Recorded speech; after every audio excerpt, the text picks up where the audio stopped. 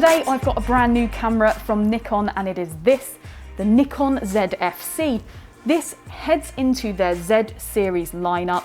Inside it's very similar to the Z50 with a few upgrades, but as you can see, it's not the same on the outside. We've got a very classic styling.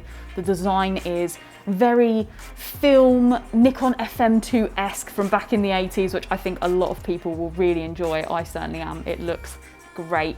Now inside we have a 20.9 megapixel sensor. It's a DX format. If you're not Nikon, then that means aps-c size basically. So we've got an aps-c size sensor in here, hence it's nice and small. It seems like quite a fun camera to be using. So today I've booked out the Kilnwood pottery painting studio, which is down near me, for a couple of reasons. One, because this is top secret right now, so we can't have anyone seeing it. So we've got it nice and private in here, so we can get some good shots for you guys so you can see what it can do. And two, because I can't walk. I've got to start off with the design of this camera. Now, I mean, I love it. It's very, very pretty. If you've clicked on this video, you've probably already seen the thumbnail. It's a very attractive look. I mean, Nikon have thrown everything at the design. It does have some real practical points, not just the nice styling. You do have the fact that it's got, you know, the really nice movable dials. Everything's there for you. If you're walking about with it, you can see everything really easily. We've got the really cool, really film style little f-stop digital display here. Which is, yeah, again, I mean, it's not the most practical thing in the world, but it's fine for using it. You can see it, and it does really fit in with the design that they've given. Now, it is a very film style camera to not have too big a grip here. I know a lot of film cameras are like that. In fact, I brought along my Voigtlander B, which I love. It's the only film camera I've ever really fell in love with. And yeah, there's not much grip there, to be fair, but I think that's one thing that I would have preferred to see on this ZFC. That's a personal thing to me. You guys might completely disagree. Let us know in the comments what you're thinking about the design of this body. However, we've got loads of modern stuff going on as well here. So we do have a vari-angle screen, so you can shoot yourself. You can flip it around, get easy angles, which is great at the moment because getting on the floor isn't the easiest right now. We've got loads of buttons and dials, so it's really easy to navigate all your settings, and the menu is touchscreen as well, which is fantastic.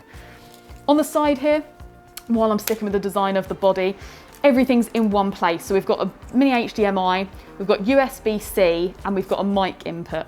We don't have a headphone output. However, I'm not sure if you can use the USB-C yet as a headphone port. I've got to test that out. I don't have anything on me today, and Nikon haven't yet confirmed. So if I find out that information, I'll stick it in the comments for you guys. Hopefully you can, because that's always a bit annoying, but at least there's a mic input, right? It's better than nothing. In the battery compartment, you've got your battery, obviously, and your SD card slot. Now, it's a single SD card slot. I think we'd all agree that's what we'd expect from a camera like this. And it's UHS 1. So it's pretty speedy, but nothing crazy. Again, just fits with the kind of branding of the camera. Now, even though the styling is very old school and film-like, this obviously isn't film. It's got a sensor, it's interchangeable lens. So as you can see here, we've got a nice DX crop sensor in there.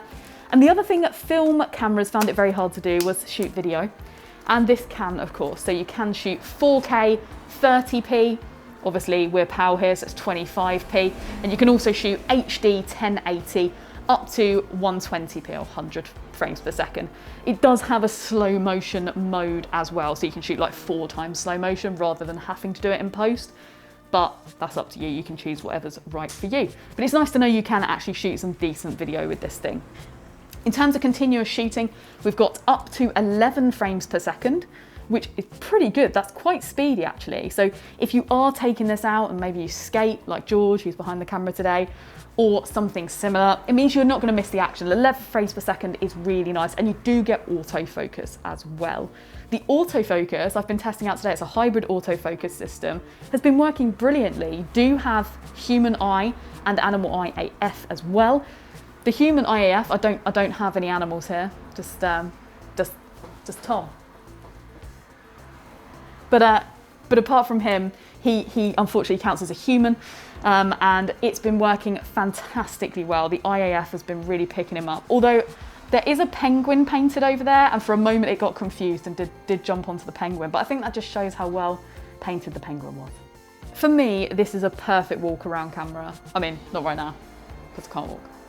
But in general, it's a perfect walk around camera. It looks great, because I always find, as like one of the photographers in the family, I say that, pretty much everybody in my family is a photographer, but when you turn up to like a family event and you're the person with the big camera, it can kind of feel like you're getting in the way, or even though everyone loves the family shots afterwards, you kind of feel like, you know, you're the one pushing the camera in the faces. With this, it's a little bit different. It's a bit of a style icon, you know, if you're carrying this with you, it kind of looks so pretty that I think people stop feeling like that a little bit, like you're sticking a big DSLR in their face. It's quite nice to have something to take along with you. Now, if you're a street photographer, obviously this fits right in. Maybe if you commute into the city a lot, or, you know, commute to your lounge now, I guess. It sort of fits with anything you'd be wearing, you know, if you just pull this out your bag, you're at a bar even, it's just kind of a nice piece. And I think that's a win from Nikon there. The styling will definitely make this appeal more to people who aren't necessarily taking images all the time, but would like to carry a camera with them and want it to look nice because it's going to be with them all the time. You certainly don't have to pack this away in a bag. This can easily be worn on maybe like a nice faux leather strap on your shoulder, something like that. So, I mean, let's be honest, the styling is definitely right. I think this is a really fun little camera. It's certainly something I'd consider taking like on holiday with me and that. Now, if you're interested in maybe getting your hands on one of these, or at least finding out some more information, you can pop onto our website. We've got a ton of info on there. I'll put a link in the description for you guys. Also, if you have decided this might be the right thing for you, then of course you can place a pre-order through there too.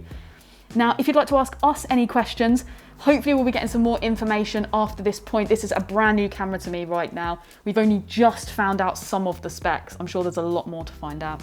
So make sure to stick your questions in the comments, and anything I find out, anything I can get back to you on, I will do.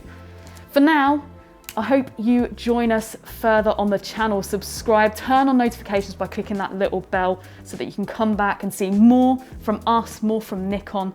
A big thank you for watching. I hope you join me again soon for some more videos from Wex Photo Video.